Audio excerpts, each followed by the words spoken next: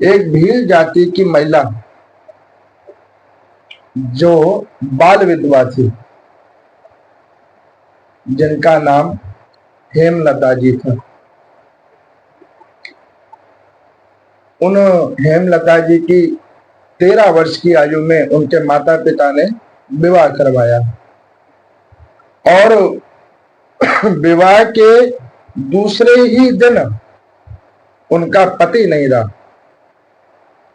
उन हेमलता जी को यह भी नहीं पता लगा कि जिससे मेरा विवाह हुआ है वो कौन है। अब प्रभु की कृपा उनके ऊपर कि उनका रूप रंग बड़ा अद्भुत, बड़ा कांतिमान उनका मुखमंडल, लेकिन उनके एक कलंक लग गया कि भाई बाल विधवा हो गई हैं। अब उस समाज ने उनको, किसी ने भी उनको यथोचित स्थान नहीं दिया। सास ससुर ने कहा कि भाई हमारा बेटा ही नहीं बचा तो तुमको रख के क्या करेंगे। माता पिता की और भी संतानें थी, उन्होंने कहा कि बेटी हम तो और भी तुम्हारे भाई बहन है उसको भी देखेंगे।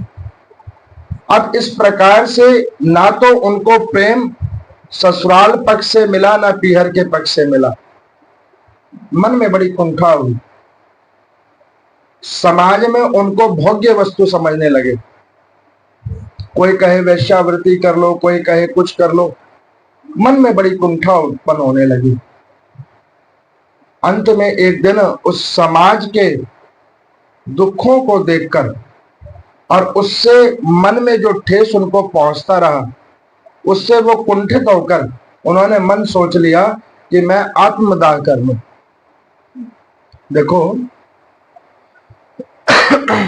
इस पृथ्वी के ऊपर में अगर कोई सबसे बड़ा साकीर्ण कर्म है वो है आत्मदाह। कभी भी आत्मदाह नहीं करना चाहिए। परमात्मा ने ये शरीर आपको ऐसे नहीं दिया है। ये शरीर आपको दिया है केवल और केवल अपने पूर्व जन्मों के कर्मों को भोगने के लिए, और उससे बचने का कोई मार्ग मत ढूंढो, जो है उसको भोग लो। अब यहां पर मन में बड़ी कुंठा उत्पन्न हुई। आत्मदाह का भाव आया क्योंकि आयु छोटी है। अब उन्होंने क्या किया कि मन में विचार किया कि ना इधर घर रहा ना उधर घर रहा, तो इससे अच्छा जब मैं किसी की जरूरत की वस्तु नहीं हूं तो क्यों ना इस शरीर का मैं त्याग करूं। अब ऐसा भाव रखकर ब्रह्म मुहूर्त के अंदर में वो जाकर गोमती नदी के अंदर कूदने को गई। जैसे ही गोमती नदी के अंदर में वो कूदने को गई तो वहां पर में एक संत, जिनका नाम रामानुजाचार्य जी महाराज, भावनिष्ठा रूप से ब्रह्म मुहूर्त के अंदर में गोमती में स्नान करने के लिए आए। अब उस स्नान करते हुए संत की दृष्टि उस कन्या के ऊपर पड़ी। जैसे ही वो कूदने लगी तो संत ने उसका हाथ पकड़ लिया। देखो, जो लोग अपने दुखों से बहुत दुखी हो गए हैं और वो सोचते हैं कि पता नहीं हमारी भगवान रक्षा कर रहे हैं या नहीं कर रहे हैं, ये कथा उनके लिए भी है। आप ये मत सोचना कि आपके पीछे भगवान आपकी रक्षा करने के लिए खड़े नहीं हो रहे। अब आप अगर ये सोचो कि परमात्मा शंख चक्र गदा पद्म के साथ आपके पास आएंगे तो ऐसे हमारे कर्म भी तो होने चाहिए। वो किसी न किसी रूप में किसी के अंदर आपके प्रति मोह आदि को जागृत करके आपके उस दुखद समय में खड़े हो जाते हैं। नहीं तो आपको मैं बतला दूं, इस पापी संसार के अंदर में कोई किसी के लिए खड़ा नहीं हो सकता। अगर किसी को आपके प्रति अगर प्रेम उतर रहा है तो इसमें समझ लेना कि ये नारायण भगवान की कृपा है तभी उतर रही है प्रेम, अन्यथा प्रेम नहीं उतर सकता आपके लिए। अब उस संत को करना जगी, उन्होंने हाल उसका हाथ पकड़ लिया। उन्होंने कहा कि ये तुम क्या कर रहे हो।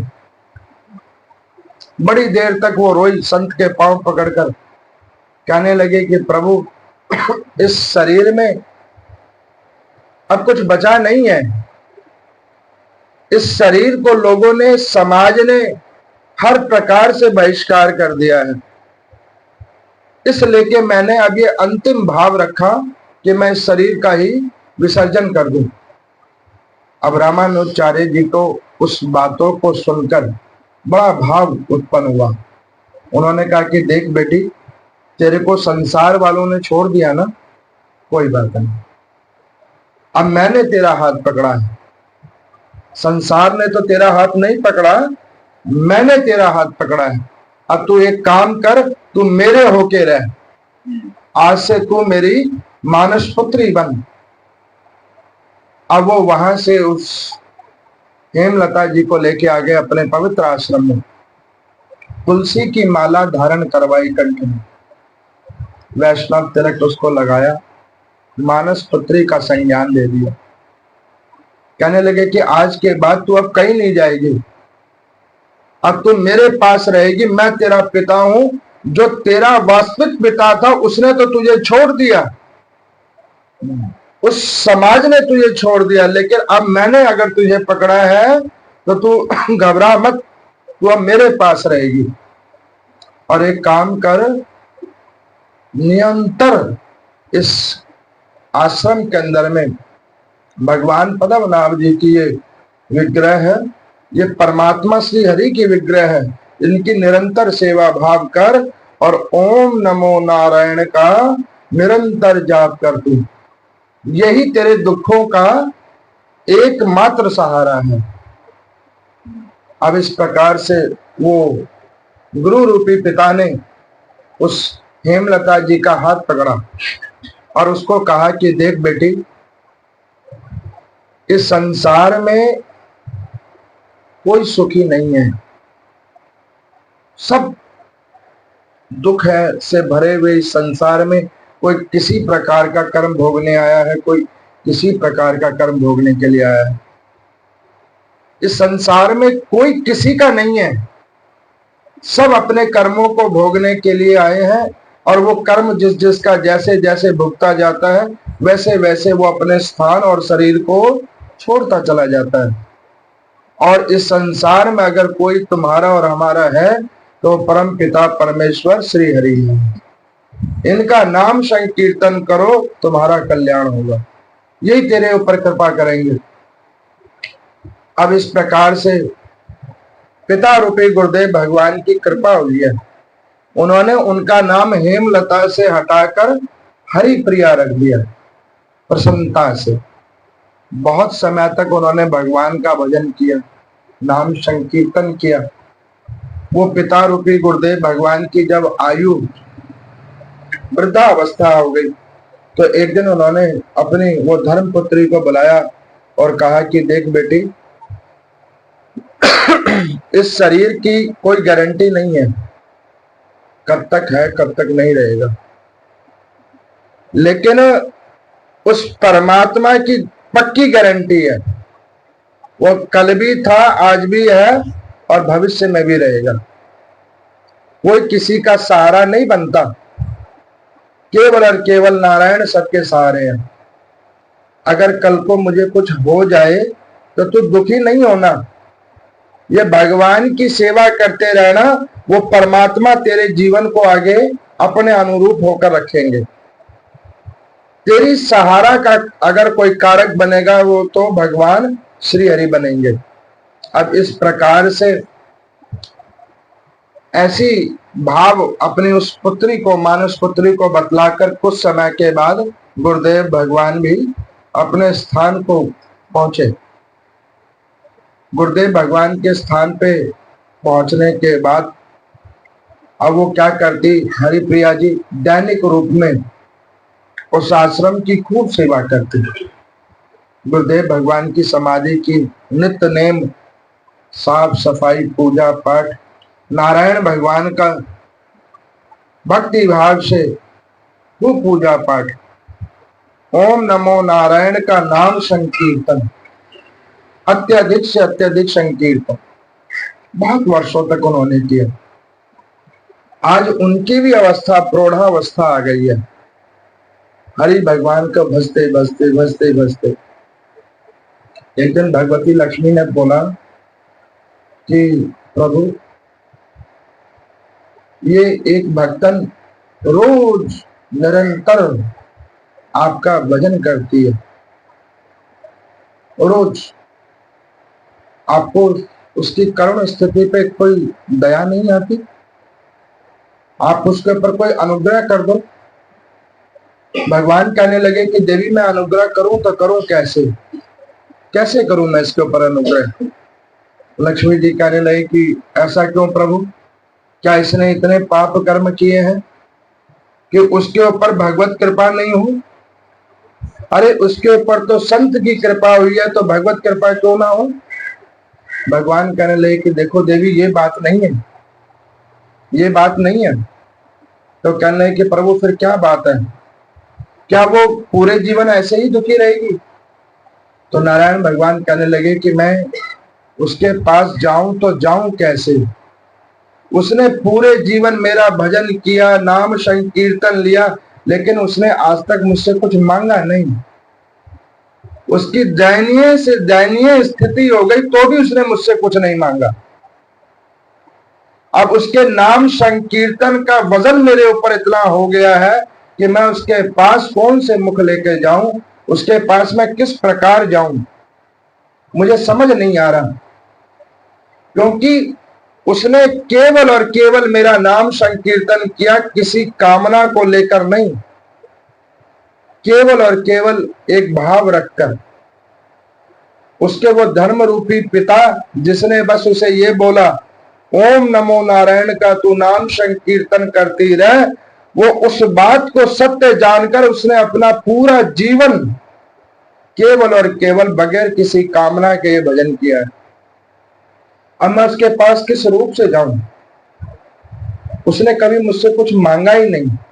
मैं कई बार आप लोगों को कथाओं के रूप में कहता हूं कि भगवान से क्या मांगते हो? गाड़ी, घर, बेटों के लिए, बहू के लिए, अरे अपने शरीर के लिए, अरे इन चीजों के लिए क्यों मांगते हो? ये चीजें ना कभी तुम्हारी थी, ना है और ना रहेगी। इनके लिए नहीं मांगो। अपने भजन का, नाम संकीर्तन का, पुण्य कर्मों का फल कभी भी इन वस्तुओं के लिए मत मांगो। नहीं तो वो परमात्मा भी क्या सोचेगा कि इसने मांगा भी तो क्या मांगा, इस संसार के लिए ही मांग लिया जो वैसे ही नष्ट होने वाला है। अब यहां पर मैं एक दिन देव योग से उन हरिप्रिया जी का ज्वर चढ़ा। कार्तिक का पवित्र मास, शरीर में ज्वर चढ़ा। एकादशी की अद्भुत तिथि, उस अद्भुत तिथि में उनको ज्वर चढ़ा। ऐसा ज्वर चढ़ा कि उनसे उठा ना जाए। प्रौढ़ावस्था, ज्वर भीषण, और वो उनकी ये हालात हो गई कि उनसे उठा ना जाए। आज वो बिस्तर पर लेट गई हैं।